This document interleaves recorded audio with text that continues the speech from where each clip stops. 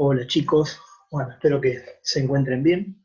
En esta oportunidad, el tema que nos convoca tiene que ver con lo que es insuficiencia intestinal y particularmente el síndrome de intestino corto. Y con respecto a este tema, lo que es intestino corto, todos los profesionales que se dediquen a lo que es internación, que estén en el área de terapia intensiva o que hagan internación de piso o los profesionales, los nutricionistas que hagan consultorio o los que hagan internación domiciliaria, que hoy en día afortunadamente es un ámbito que ha crecido mucho. Todos vamos a ver pacientes con insuficiencia intestinal y con intestino corto, así que eh, les recomiendo que prestemos bastante atención porque tiene mucho justamente de fisiopatología para poder entender qué síntomas, qué signos produce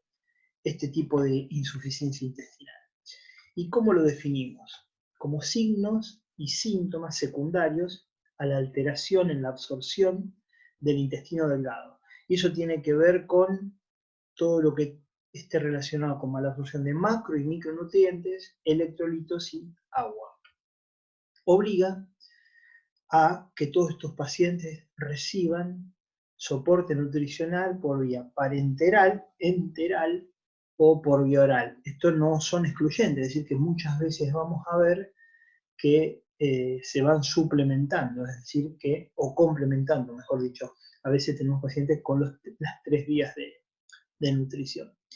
Y clínicamente se caracteriza en forma muy genérica por diarrea, alteraciones hidroelectrolíticas, mala absorción y pérdida de peso. ¿Cuáles son las principales causas de insuficiencia intestinal? Acá tenemos lo que es obstrucción intestinal. La obstrucción puede ser de origen mecánico, es decir, un tumor, un pólipo, algo que esté obstruyendo el intestino delgado, o esa obstrucción puede ser más bien refleja, es decir, un intestino delgado. Ustedes saben que la principal absorción, la principal función del intestino delgado tiene que ver con lo que es absorción, y eso está en íntima relación con la extensión que tiene este órgano, justamente el delgado, que son 3 o 4 metros de superficie absortiva. En el caso de un íleo, es decir, que significa detención, íleo, paralítico, es decir, una detención en forma brusca, suele ser secundaria, es decir, que esa motilidad que normalmente suele tener el intestino delgado, suele ser secundario a otro proceso. Por ejemplo, el más conocido tiene que ver con un postoperatorio, es decir, un paciente que sale de una cirugía relativamente compleja, tiene un intestino como que está paralizado, como que no se mueve. Entonces ese paciente, si no sabemos cómo manejarlo, va a entrar rápidamente en insuficiencia intestinal. Entonces un íleo, es decir, una detención del tránsito, pero no por algo que lo está obstruyendo, sino por algo que detiene su movimiento. Particularmente decíamos que nos vamos a abocar a lo que es el síndrome de intestino corto, que en general vamos a ver que es secundario a una resección intestinal masiva. Otra causa de insuficiencia intestinal tiene que ver con el tracto gastrointestinal que esté inflamado por alguna razón, y acá incluimos enfermedades inflamatorias, donde la más importante que compromete el delgado es la enfermedad de Crohn, pero también puede deberse a colitis ulcerosa. Lo que figura acá como RT y QT es radioterapia y quimioterapia, que son dos tratamientos destinados a enfermedades neoplásicas y enfermedades tumorales y que dan justamente daño a nivel del tubo gastrointestinal, del intestino delgado. Y a veces nos toca ver pacientes que tienen insuficiencia intestinal en el contexto de insuficiencia de otros órganos, es decir, un paciente con lo que se llama sepsis, es decir, infección sistémica, y que suele tener compromiso, insuficiencia respiratoria, insuficiencia cardíaca, insuficiencia hemodinámica, y además agrega insuficiencia intestinal, es decir, que la insuficiencia intestinal forma parte de una falla de muchos órganos. Pero bueno, nosotros vamos a tener que justamente tratar esta área que estamos hablando. Particularmente les decía que nos vamos a abocar a algunos conceptos claves en cuanto al manejo del intestino corto. ¿Qué características tiene el síndrome de intestino corto? En general, suele ser paciente que vamos a tener que evaluar y tratar durante mucho tiempo, porque requiere de soporte nutricional por largos periodos. Suele ser un manejo que no es simple y que requiere de programas de rehabilitación intestinal, donde participan, es bien multidisciplinario. Es decir, que son muchas las especialidades que están involucradas y no puede hacerlo cualquiera, sino que la premisa es que sea personal que esté altamente calificado. Lo cual no quiere decir que no se pueda hacer, digamos que no lo podamos hacer todos. Me refiero a que debemos estar entrenados para poder hacerlo. Según las características de los pacientes, se comportan como dos grandes grupos. Los pacientes que son absorbedores y los pacientes que son secretores. Y esto tiene que ver con que los absorbedores van a ser relativamente más simple el manejo, ya que tienen más de 100 centímetros de intestino delgado remanente. Es decir, que en esa cirugía que tuvieron les ha quedado más de 1 metro de intestino delgado como para poder absorber sodio, potasio, electrolitos en cantidades suficientes, y la nutrición parenteral va a ser necesaria al principio, pero vamos a poder sacársela. En cambio, los pacientes que tienen menos cantidad de intestino delgado remanente son los llamados secretores, justamente porque tienen gran pérdida de sodio, de agua, de electrolitos, y suelen requerir de nutrición parenteral en forma prolongada. Entonces, es básico, digamos, a la hora de empezar a dividir los pacientes entre menos de 100 que le quedó, más de 100 centímetros que les ha quedado.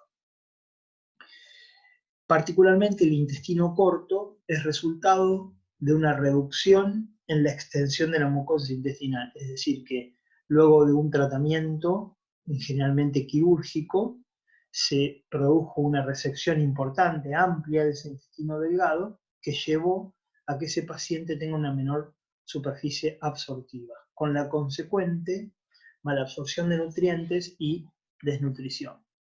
En general, hablamos de intestino corto cuando hay más de un 60-70% de intestino delgado resecado, y clínicamente decíamos que la principal manifestación es el manejo de los líquidos, ¿no? La deshidratación, las anormalidades hidroelectrolíticas y también la desnutrición. ¿Cuáles son las principales causas? Acá tenemos en los adultos, los más importantes tienen que ver con, depende del grupo etario que estamos hablando en cuanto a edad, ¿no? La enfermedad de Clore, que dijimos que era una enfermedad inflamatoria del intestino, juntamente con la colitis ulcerosa. La enfermedad vascular isquémica, es decir, pacientes que tienen enfermedades concomitantes con riesgo de aterosclerosis, es decir, la edad, dislipemia, sedentarismo, hipertensión arterial, todas esas causas, todos esos factores aumentan la posibilidad de tener enfermedad vascular a nivel orgánico, particularmente en el intestino delgado, pueden causar isquemia y ser motivo de que ese paciente tenga que ir como tratamiento a la resección de un segmento del intestino delgado y como consecuencias dar un intestino corto. Tumores que comprometen el intestino también pueden ser causa de intestino corto. Politraumatismo. Algo para no olvidarnos es la malabsorción que se produce en pacientes que efectúan un bypass como tratamiento de la obesidad. Y en los chicos, el más importante de todo tiene que ver con el que se llama enterocolitis necrotizante, que es una infección a punto de partida del intestino delgado por una toxina y que produce necrosis, es decir, muerte de parte del intestino delgado. Eso va a tratamiento quirúrgico y el resultado puede ser un intestino corto. Lo que figura como vólvulo, que es una torsión que se da sobre sí mismo del intestino delgado, común en chicos, como causa de intestino corto. En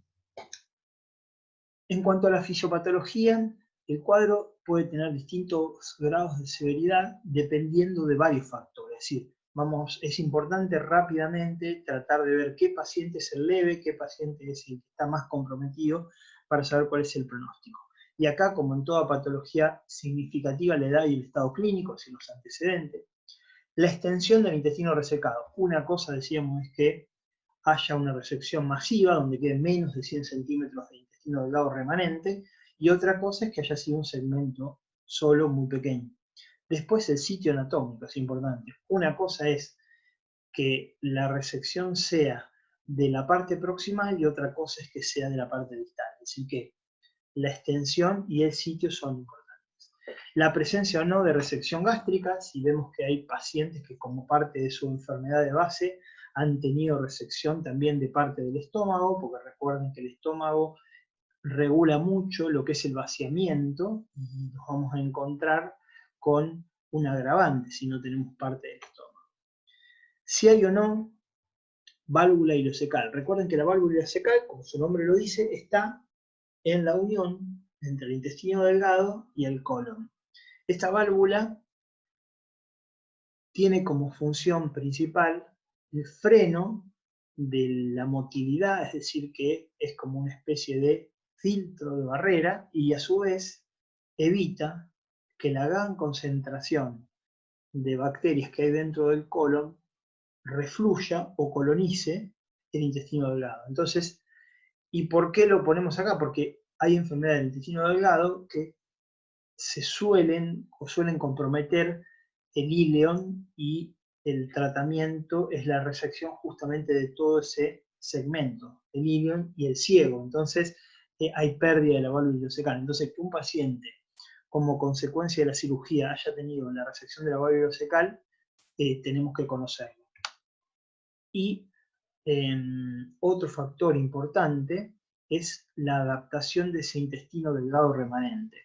Y vamos a ver que hay factores que hacen que ese intestino delgado que ha quedado puede tener algunos factores que hagan que se recupere más rápidamente. Y la importancia acá tiene que ver justamente si ha recibido la nutrición adecuada a nivel enteral como para favorecer esa recuperación. Otro factor más que se menciona más recientemente y tiene que ver más con un marcador de laboratorio es el nivel de un péptido que se llama citrulina y que cuando está por encima de determinado valor nos habla de un mejor pronóstico de ese paciente.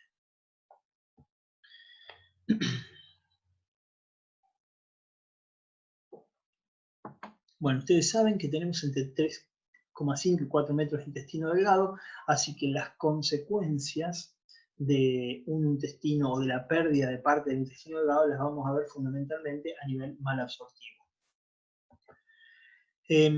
Si decíamos que uno de los factores más importantes tiene que ver con la cantidad de intestino delgado resecado.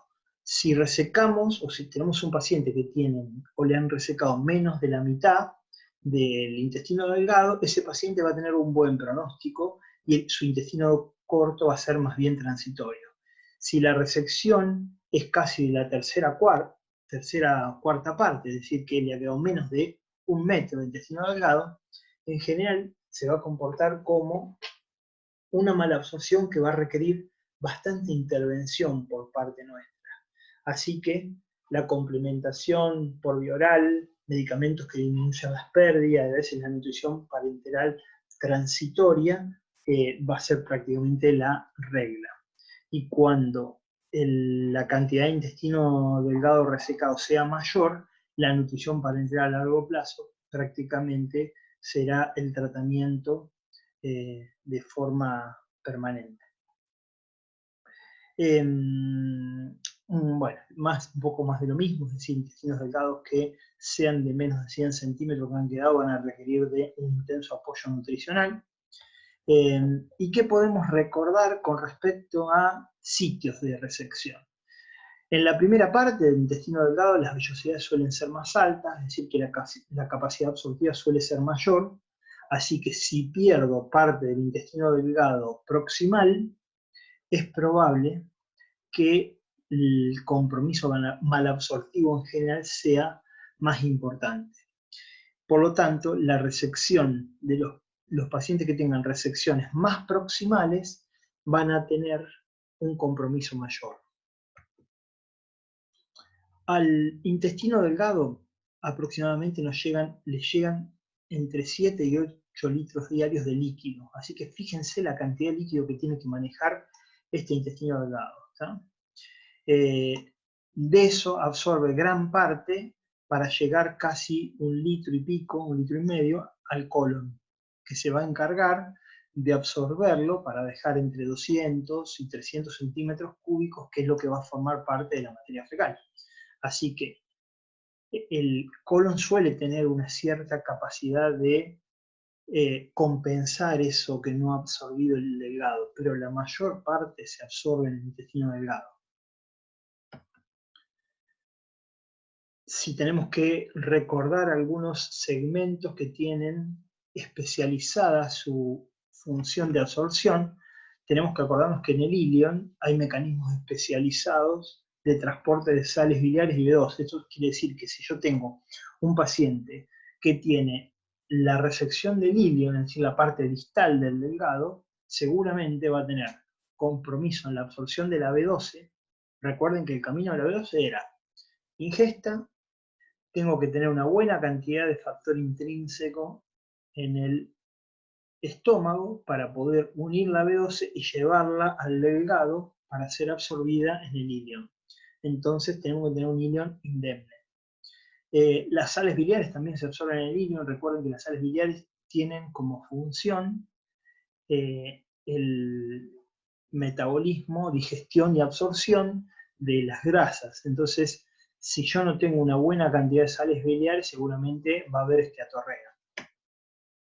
Las llegadas de sales biliares que no se absorban normalmente en el ilion, porque no tengo, en el caso de un paciente que tenga resección del ilion, va a hacer que esa mayor carga de sales biliares al colon me produzca secreción de agua y electrolitos. Es decir, que las sales biliares en el colon estimulan la secreción de agua y electrolitos en forma distal.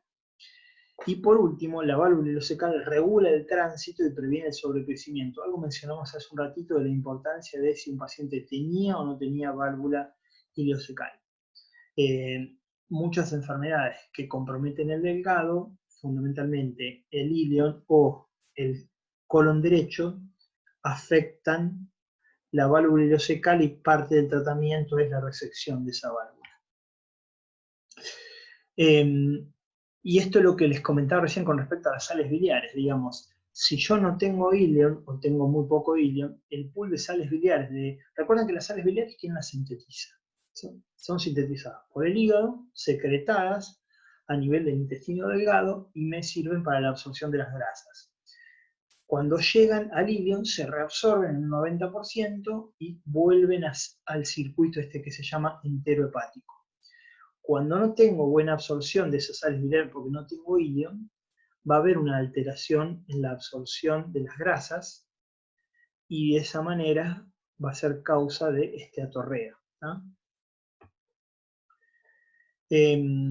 Recordar, a nivel proximal, es decir, en lo que es duodeno, primera parte del desayuno, tengo fundamentalmente la absorción del hierro y folato, es decir, que pacientes que tengan compromiso de la absorción porque les han resecado esa parte, seguramente van a tener anemia. También voy a tener que suplementar o vigilar el calcio, si ese paciente no tiene ese segmento del delgado, para que no se produzca osteomalacia.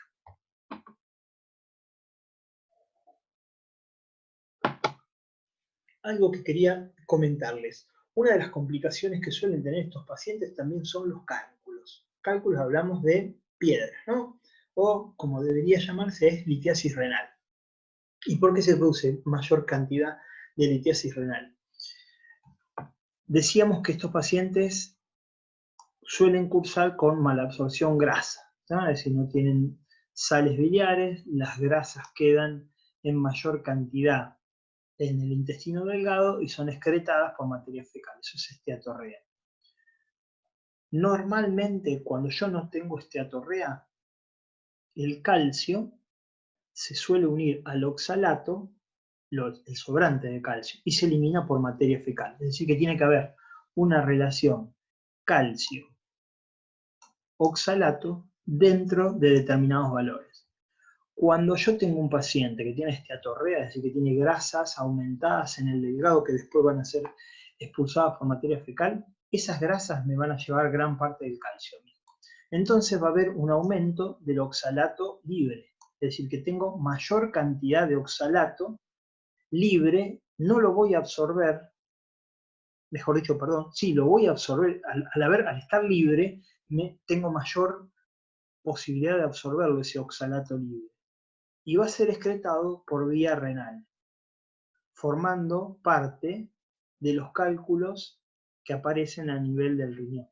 ¿Tá? Entonces, resumiendo, como consecuencia de esta esteatorrea, de esta malabsorción grasa, se altera esta relación calcio-oxalato, favoreciendo la mayor cantidad de oxalato dentro del intestino delgado. Y eso, al haber más cantidad, lo absorbo más. Y al absorberlo más, se excreta por riñón. Y al excretarlo, me precipita y me va a formar parte de los cálculos renales. ¿tá? Entonces, es una de los sustentos, o es una de las indicaciones por las cuales nuestras indicaciones nutricionales van a ser que tenga o que sea una dieta pobre en oxalato. ¿tá? Fíjense qué es lo que vamos a recalcar después.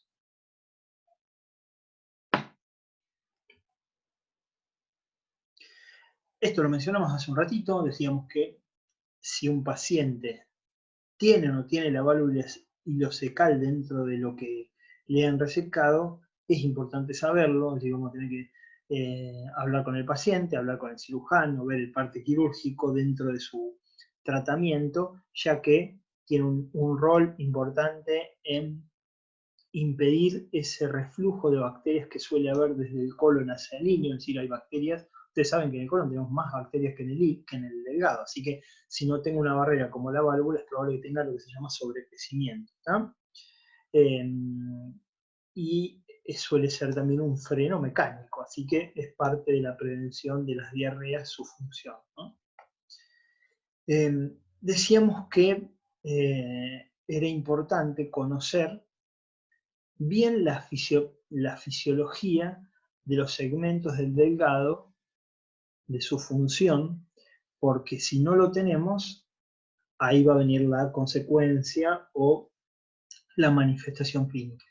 Y recordemos, el yeyuno es el principal sitio de absorción y digestión, y la resección va a implicar que tenga una importante malabsorción. Si la resección compromete el ileum, me voy a tener que acordar de que ese paciente va a necesitar suplementación de B12, vamos a tener seguramente una malabsorción de ácidos biliares y eso me va a dar esteatorrea. Si hay compromiso de la válvula ileocecal, vamos a recordar lo que decíamos recién, la mayor posibilidad de que tengan sobrecrecimiento de bacterias. Y es importante conocer si tiene alguna afección del colon que le ha quedado, porque imagínense que hay algunas enfermedades por ejemplo, enfermedades inflamatorias que comprometen también el colon. Entonces, no solo es la enfermedad que comprometió el delgado, sino que vino el intestino corto y si el colon está indemne, está preservado es una cosa y si está comprometido es otra. ¿no? Porque decíamos que tiene una cierta capacidad de compensar esas pérdidas del colon. Uno de los factores más importantes en el pronóstico de estos pacientes es la adaptación que ha tenido su intestino delgado, es decir, lo que ha quedado, ¿no? Y lo principal, digamos, es la hipertrofia, es decir, parte del intestino delgado que quedó empieza a suplir la función de la parte que no está. Como pasa en gran parte de nuestros órganos, que cuando una parte está afectada, la parte sana empieza a hipertrofiarse, a aumentar su función. Otra parte aumenta el diámetro. Entonces vamos a ver que son intestinos delgados de pacientes con mayor diámetro. Aumenta el tamaño de las vellosidades, tiene que ver en parte con esta hipertrofia que decíamos, y todos estos tres mecanismos compensadores están muy relacionados a la presencia de nutrientes luminales, es decir, si ese paciente recibió lo que tenía que recibir dentro del intestino delgado, remanente, es decir, que si no ha tenido más periodo de ayuno del que tenía que tener, de la presencia de secreciones biliopancreáticas y hormonas intestinales. Entonces acá vamos introduciendo un concepto importantísimo de la nutrición enteral lo más temprano posible para favorecer, para facilitar esa adaptación del intestino delgado que quedó, del intestino delgado remanente. Esa adaptación, con el tiempo, hay parte de nuestro intestino delgado que puede compensar, digamos, esa pérdida. Me fui de la diapo, acá está.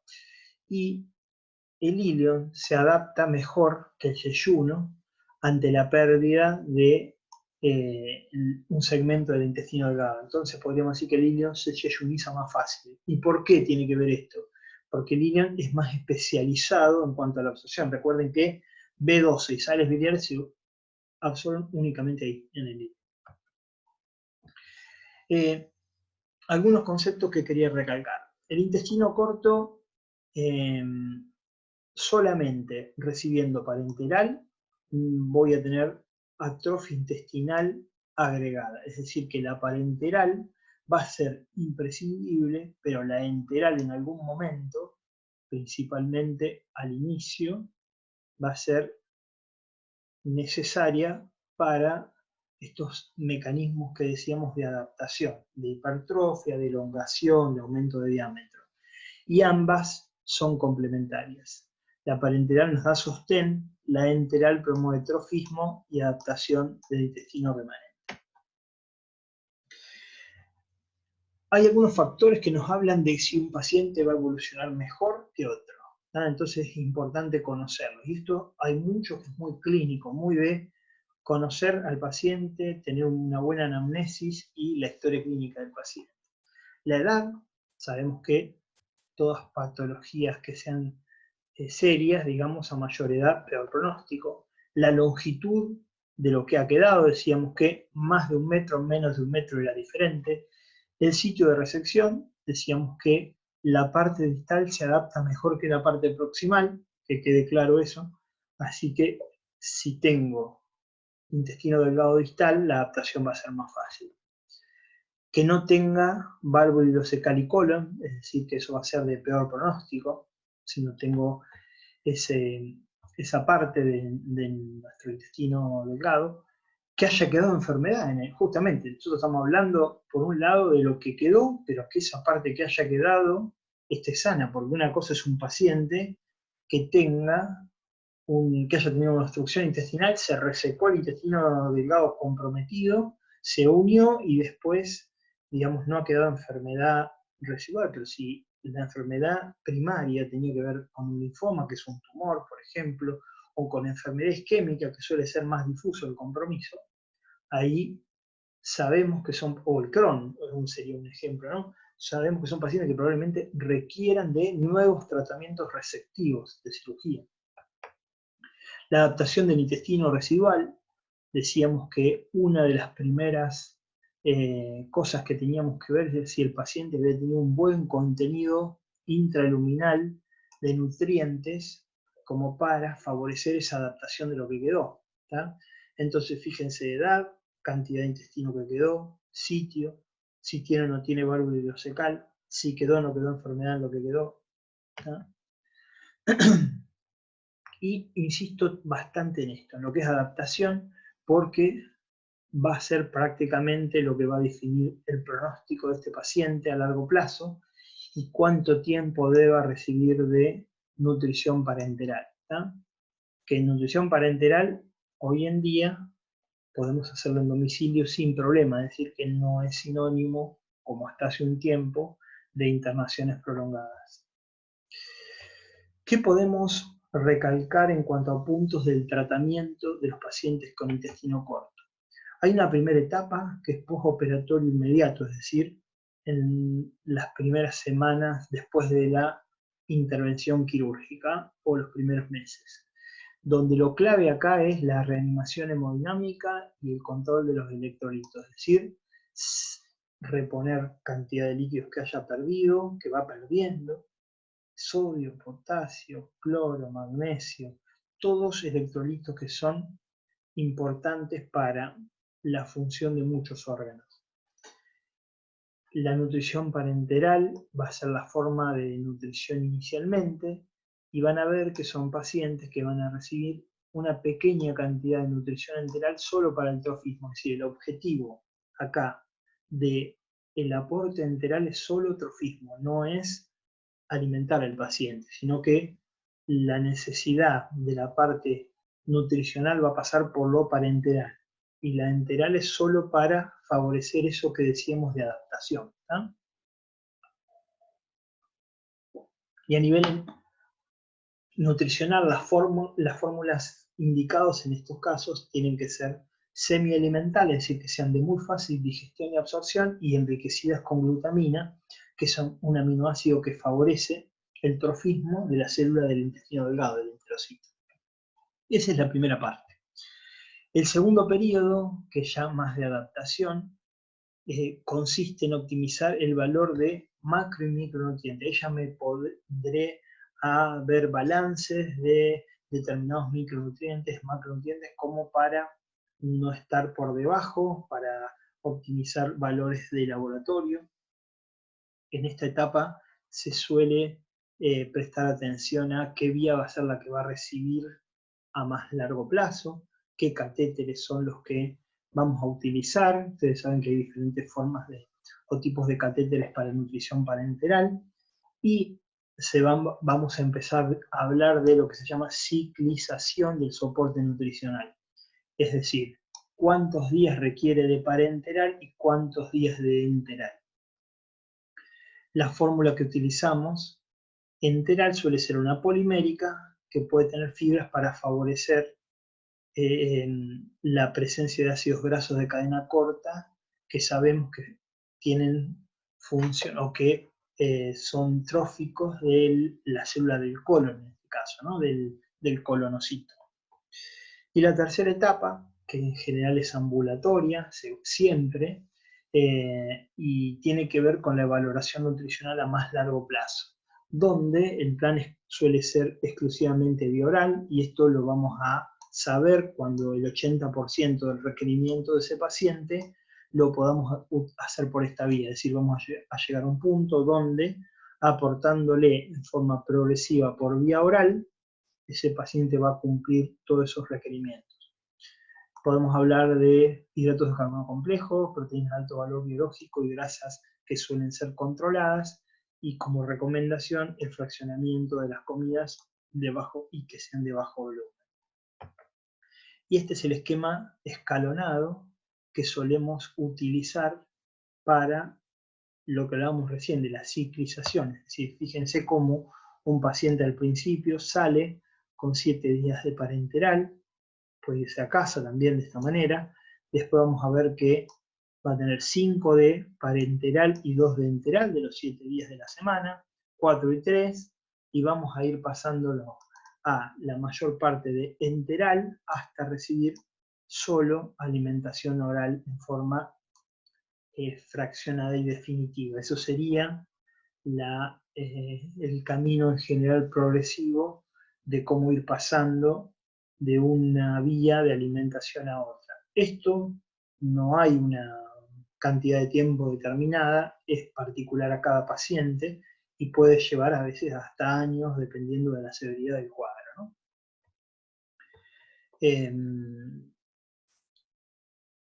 Como conclusión, ¿qué tenemos que conocer? Saber qué tipo de cirugía tuvo ese paciente, es decir, qué le han resecado, por qué, cuál fue la etiología, es decir, la enfermedad que tuvo para esa resección intestinal, cuánto le ha quedado o cuánto se ha resecado. Lo clave al principio, que es la corrección de los trastornos hidroelectrolíticos. En general no reciben nada por boca los primeros 10 días, a no ser de una pequeña sonda nasoenteral para un aporte de trofismo.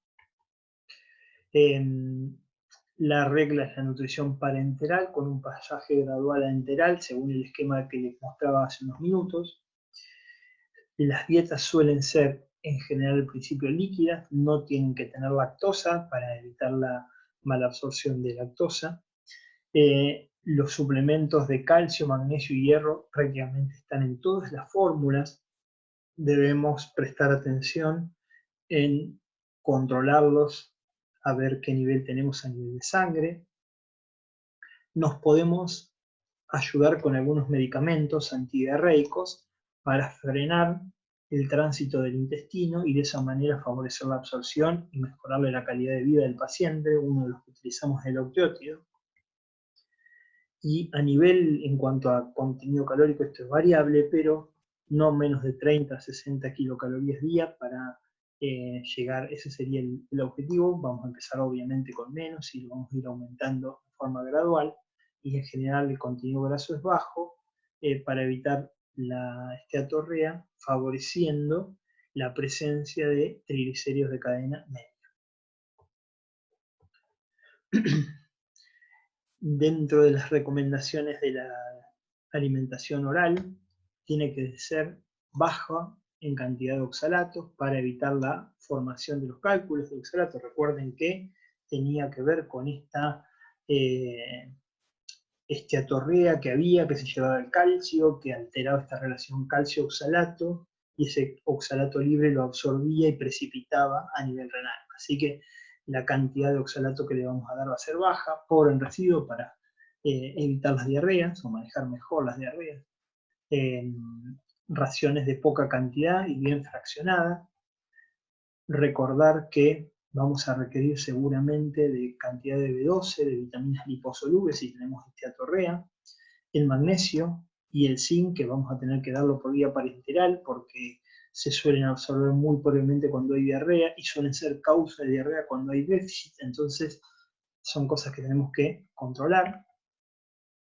Decíamos que las fórmulas son pobres en lactosa y solemos utilizar mucho la alimentación oral durante el día y la enteral a veces con una pequeña sonda para suplir lo que no han podido absorber los pacientes en esas 24 horas. Bueno, espero que es una clase bien teórica, que tenemos que conocer muy bien la teoría para poder llevar a cabo la práctica, así que les agradezco la atención y bueno, aguardo consultas y recuerden que estamos del otro lado de la pantalla.